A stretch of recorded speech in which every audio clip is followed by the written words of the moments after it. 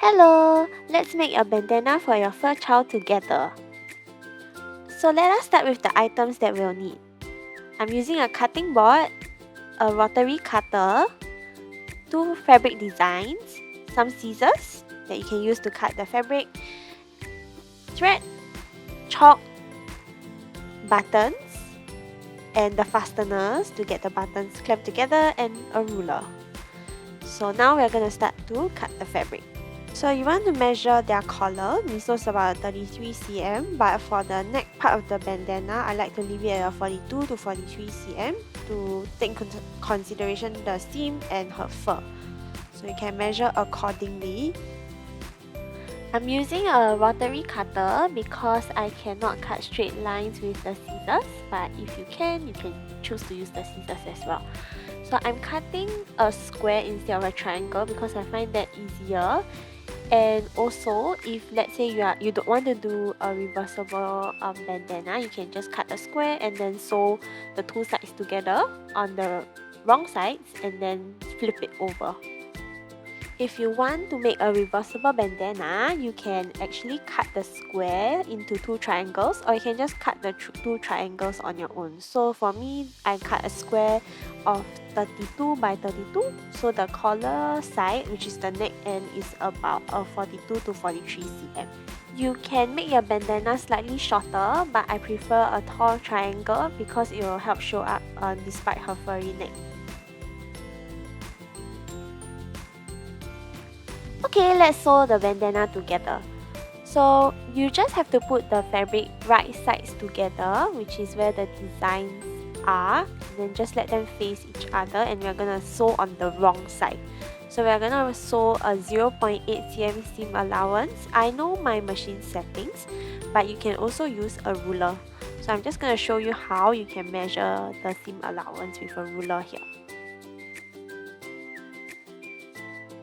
To begin sewing, sew 3 stitches forward, 3 stitches backwards, and then go in a straight line.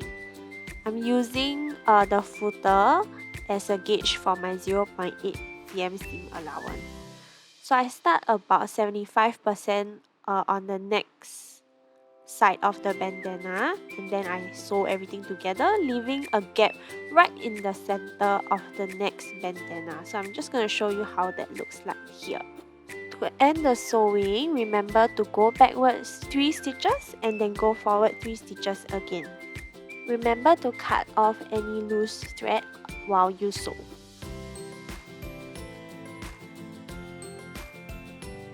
Okay, so this is what your completed sewn bandana should look like with the gap on top.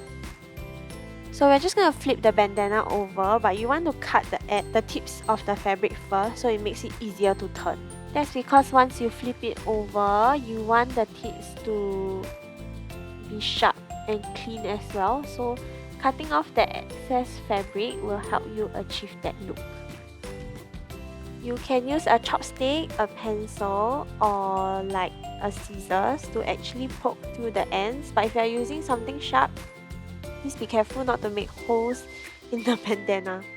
If you are hand sewing, you can leave a smaller gap on top and then you just sew a small stitch over once you flipped it over. Now is a good time to iron your bandana. By ironing it, it actually helps you to make it neater when you sew on the top stitch, but I usually just skip this part, so it's optional.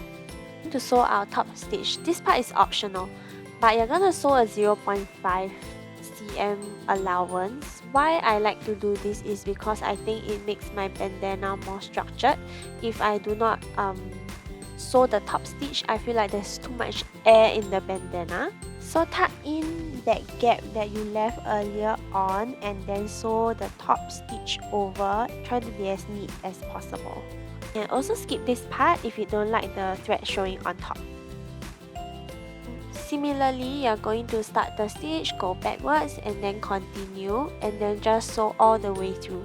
When you are turning at the ends, just make sure you match up with the footer before you rotate the fabric. There's the finished structure over here and we're almost done. We just need to fasten the buttons at the end of the triangle.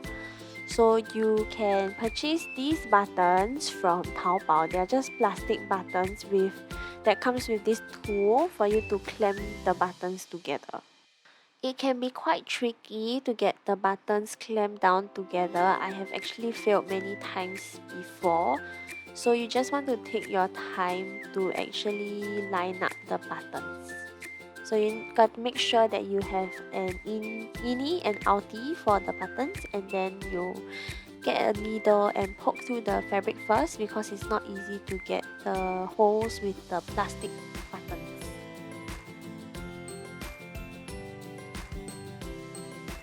So just position the buttons on the ends where you like, and then use this tool to clamp it down.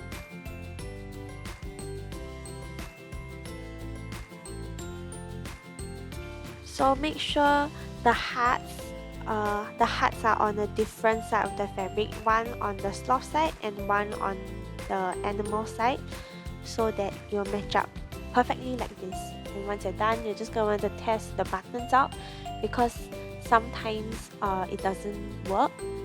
Now we have a finished bandana, and what we need is a dog to put this on.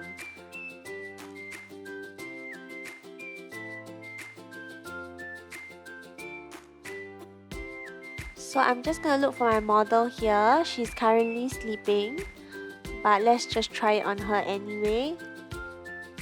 Okay, she's awake now, but I don't think she's in a mood, so I'm just gonna put it like a blanket. So you can try to make this at home yourself. Your dog will love it.